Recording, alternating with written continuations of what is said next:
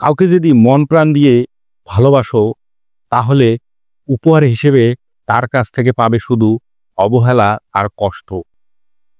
ভেঙে যাওয়া কাজ যেমন জোড়া লাগে না, তেমনি চলে গিয়ে ফিরে আসা মানুষ আর আগের মতো থাকে না। মানুষ মিছেই বলে ভালোবাসি, মানুষ তো সেই কবেই ভালোবাসা ভুলে গেছে। যে দিয়েছে সুখ, সেই দিয়েছে খানিক বাদে চোখ পড়ানো অসুখ। সফলতার দ্বার প্রান্তে এসে যে মানুষটা হেরে যায়, সে মানুষটা জানে হেরে যাওয়ার ব্যথা কতটা গভীরে লাগে। জীবনে বড় হতে গেলে আঘাত আর অভাব পাওয়াটা জরুরি। ভয় তো করে লাভ নেই, যে যাবার সে যাবে, সঠিক সময়ে বুঝে দেবে কাকে তুমি পাবে। বর্তমান সমাজে আপনি ভুল করেছেন, তা বাস্তবতা।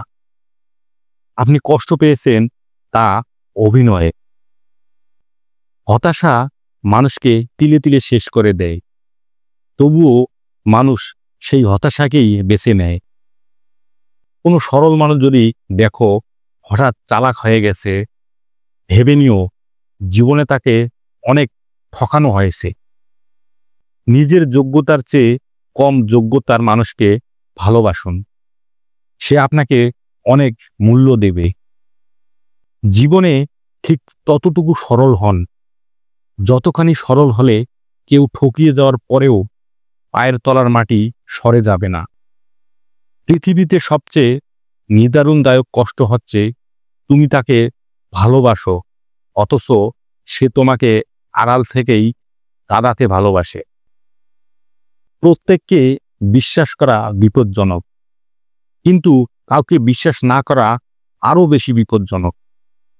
মানিয়ে নিতে নিতে যখন একটা মানুষ হাঁপিয়ে উঠে, তখন সে নিশ্চুপ হয়ে যায়। হয় ভালো থাকতে, না হয় অন্যকে ভালো রাখতে।